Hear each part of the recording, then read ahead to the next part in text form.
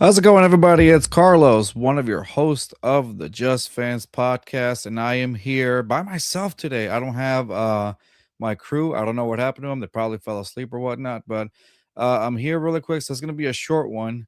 And that's gonna be it, really. So let's get on the intro real quick. Hit it. Ride through Houston, Texas, flexing, rolling through the SWAT. Repping for the city, hear 'em in the parking lot. Houston written across the jersey, ain't gon' never stop. Just Fans got me tuning in, waiting for the drop. Astros, Texas, Rockets, Dynamo, they coming with it. When they pull up, got the city sitting on a fitted. Straight up A-Leaf, hold it down, ain't gon' never quit it. Just Fans got me tuning in, let my dogs get it. Southwest A-Leaf, Texas, throw down here and it's so infectious. We ride for the Houston Astros, Rockets, Dynamo, and them Texans. All right, how's it going again, everybody? So, welcome to a special edition because it's me by myself today, and I'm going to be talking a little bit about the Houston Texans facing off against the Pittsburgh Steelers. That's right, Houston Texans, the winners of 9 straight games. They'll be marching into Pittsburgh to face off against Aaron Rodgers and the Steelers. So, one of the things that has been very impressive of the Houston Texans lately, they've been in such they've been on a streak. You know, Houston hasn't lost since week 10. They're really rolling into a terrible towel atmosphere with CJ Stroud and the Houston Texans defense just on an all-time high. So, you know, CJ Stroud, I want to what I'm curious to see about this game is I want to see how CJ Stroud's performance against the Steelers. I want to see, this is playoff CJ Stroud, and if you remember, CJ Stroud is has won his playoffs runs, right? So I'm excited to see what CJ Stroud's going to bring to the table against the Pittsburgh Steelers. So despite a high pressure environment, the Texans, the offensive line has actually held up. They've only allowed 31 sacks all season for CJ Stroud, which is top 10 in the league. The Steelers, though, they love to blitz. They're the 7th highest blitzing team in the league. And here's a wild stat, though. Stroud's numbers remain almost identical whether he is blitz or not. So it's been a little bit different seeing Stroud this year as opposed to last season when he was taking a lot more sacks, then you got Nico Collins coming in with more than 1,100 yards, and Dalton Schultz, who, by the way, man, this season has completely changed in this system with Nick Caley. I mean, if you look at Dalton Schultz's stats last season, they were nowhere near his stats. He's like over 700 yards this season. So it was refreshing to see a little bit more tight end action this season with Dalton Schultz, because for a lot of us that watched the Texans games last season, we kept thinking like, hey, what's up with Dalton Schultz? Like, it's not the Dalton Schultz that the Texans got from the Cowboys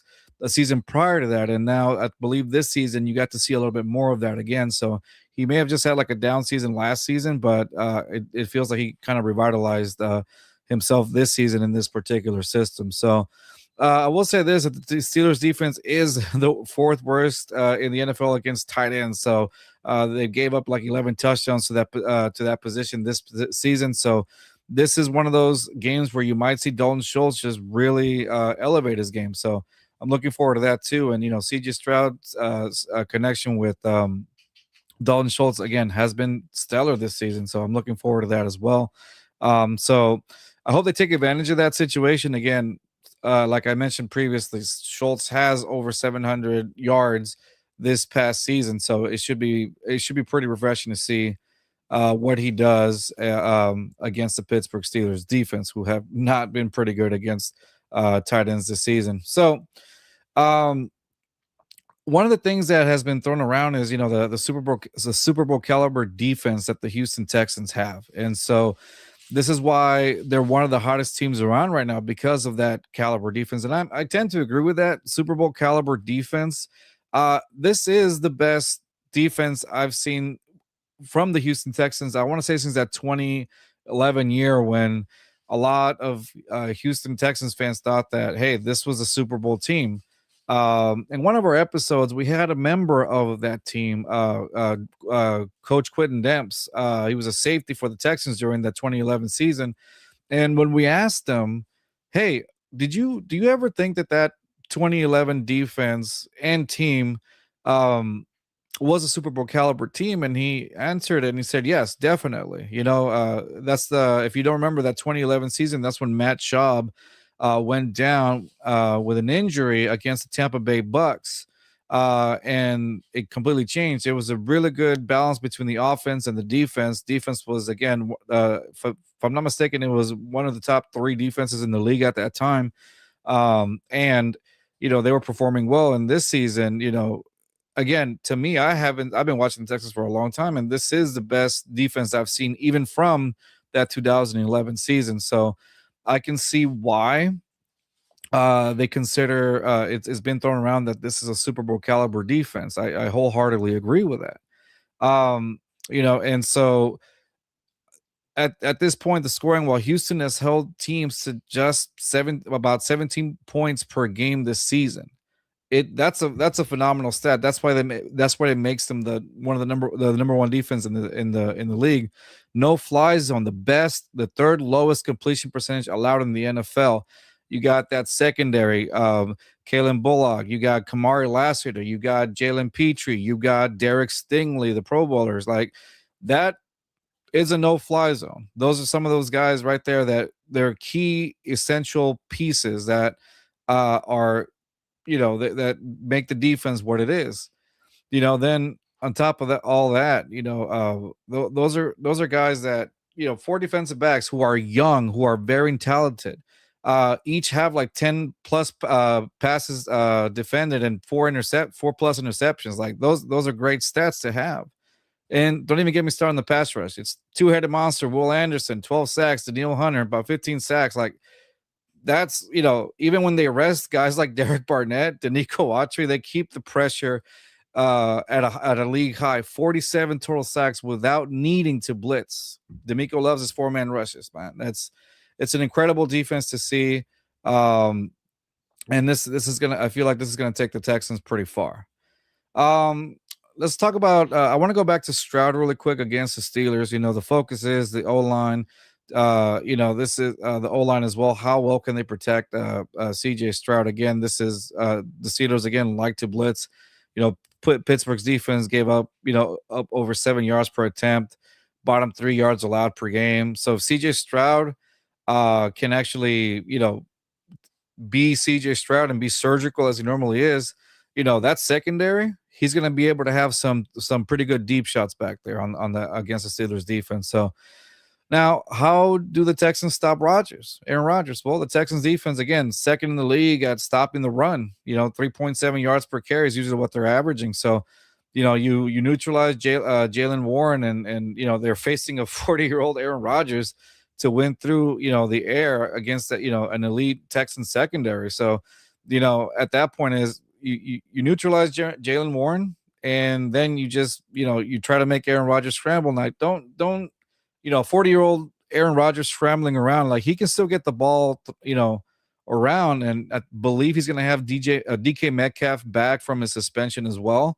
So that's going to be interesting. So I think you're going to have guys like Derek Stingley lock him up. So to me, that's exactly what the Texans need to do. Lock up DK Metcalf, neutralize Jalen Warren, make Aaron Rodgers scramble around, make him have a difficult time. The Texans defense can do that, stopping Rodgers. They're more than capable. They have Will Anderson, who's been on a roll. Danielle Hunter, who for some reason didn't make the Pro Bowl, even though with that many sacks. Nonetheless, with that in mind, I just think the Texans have the Steelers number. I don't, the Texans have been on quite of a run. So if the Texans can score at least 20 points in the game, I mean, I think that should be enough for the Texans to do it. I do worry about sometimes, Aaron Rodgers making those throws. Like, the Texans defense, as great as it is, they do give up a lot of explosive plays, so it's something to look out for. But nonetheless, I feel pretty good about the Texans getting the victory over the Steelers. Honestly, I feel a little bit better that the Texans are facing off against the Pittsburgh Steelers than the Baltimore Ravens because and reason for that is because the Texans have a hard time neutralizing Lamar Jackson. So when the Steelers ended up beating the Ravens, I feel like that was a better option. So again, this is the number 5 seed Houston. The Texans are facing off against the number 4 seed Steelers. Again, Texans one of the hottest teams in the leagues right now, entering the postseason with a 9-game winning streak.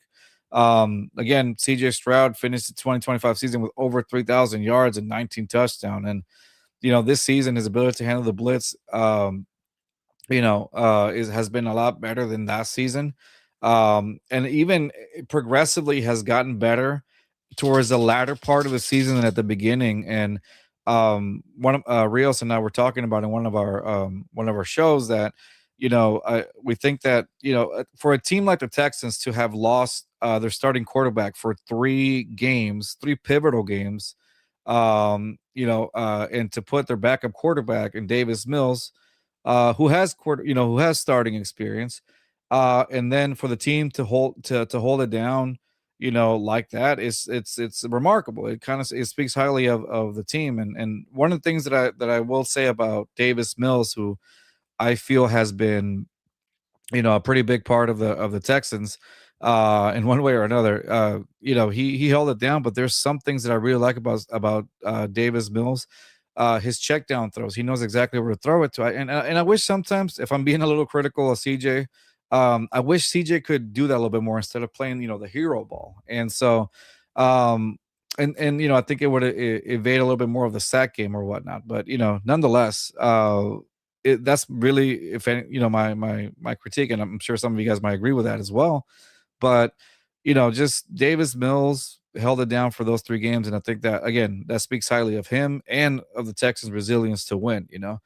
For a team that started 0-3, like and had the fourth most difficult schedule in the league, like it speaks volumes of the Houston Texans. So along with this defense that they were able to gather up. So honestly, at this point, again, my vote is going to go for the Texans.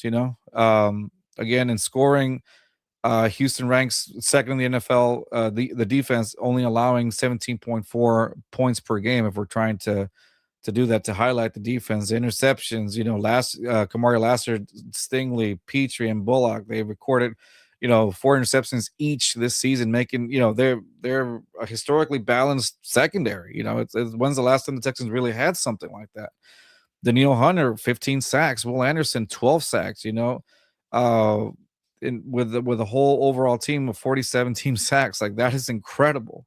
Going over a little bit of the Steelers defense, the Steelers do struggle against tight ends. So like I said, they've allowed 11 touchdowns against tight ends. So I'm really curious to see what they're going to do with against Dalton Schultz, who has been just incredible this season. So their passing yards allowed per game, they're bottom tier as well. So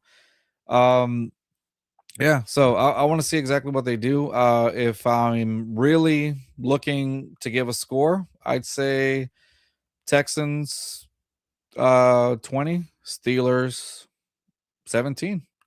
Okay, Brandon, what's up, bud? You wrote Texans are going to walk all over the Steelers, defense for 30. Nice. I'm looking at Tyler Miller. What's up, Tyler? Appreciate you commenting. Okay. I may not read that one, but hey, brother, appreciate you commenting, brother. I need to have you on the show again, brother. It's been a minute. But my prediction, Steelers are going to roll over the Texans are going to roll over the Steelers, man. They're coming in so hot. That defense is just going to be it's going to roll over them. And again, I'm really looking forward to seeing Dalton Schultz against the Steelers defense, who've struggled with it. So it'll be an interesting watch. This is, I think, also a testament to CJ Stroud. See how he leads the Texans into this. I'm ready. I'm ready for this game. I am. My body's ready for all the emotions that are willing to come with this game. My boy Tyler wrote, anytime, my friend, glad to see you're still out on these YouTube streets grinding. I appreciate you, brother. Always been a great supporter, brother. I know I'm wearing my U of H stuff, but as you can see, I don't know if you can see back there, I got a little new helmet. Check it out. Aggies, bro.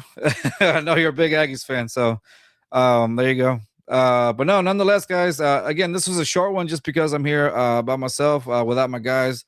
It's really awesome to have them, but I appreciate y'all watching, hoping the Texans pull off this victory, which I'm pretty sure they will. We'll just have to see on Monday night. That's about it, guys. I appreciate you guys for watching. What do you say? Oh, I spot that Aggie helmet. Unfortunately, you are correct. I am a huge fan of the maroon and white. LOL, brother. I'm sorry. I was watching that Miami that Miami game. Woo. I know. I don't want to remind you, but yeah, that was a tough watch, brother. I got you. All right, man. Well, that's gonna be it for us this week. We'll see you again next week after the not immediately after, but that week of the Texans Steelers game. Again, get ready for all the emotions. I honestly believe this Texans team can go pretty far. Looking forward to it.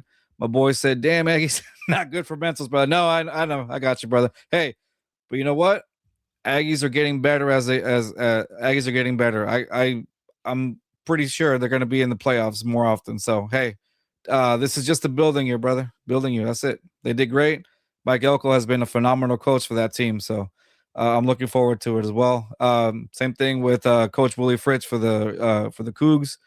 He's done a phenomenal job, brother. So I'm looking forward to it. College football season has been outstanding. I'm looking forward again to next season, see how it goes. So if anybody's this Friday, I'm also looking forward to seeing Oregon versus Indiana. I want to see Dante Moore versus Fernando Mendoza again. That's going to be good. Heisman Mendoza and Dante Moore going at it again. That's going to be a fun one to watch. So, again, sorry, guys. I know I said goodbye like 3 times already, but this is for real. So, catch y'all again next week. Thank you guys for joining us. And peace out. Southwest A-League, Texas, throw down here and it's so infectious. We ride for the Houston Astros, Rockets, Dynamo, and them Texans. If you ain't never been down here, but rule number 1, you gon' respect us. Just fans in my speakers, new one drop, they bout to bless us. I might right through the SWAT, playing just fans right through your spot. Look, and I don't know what you thought, but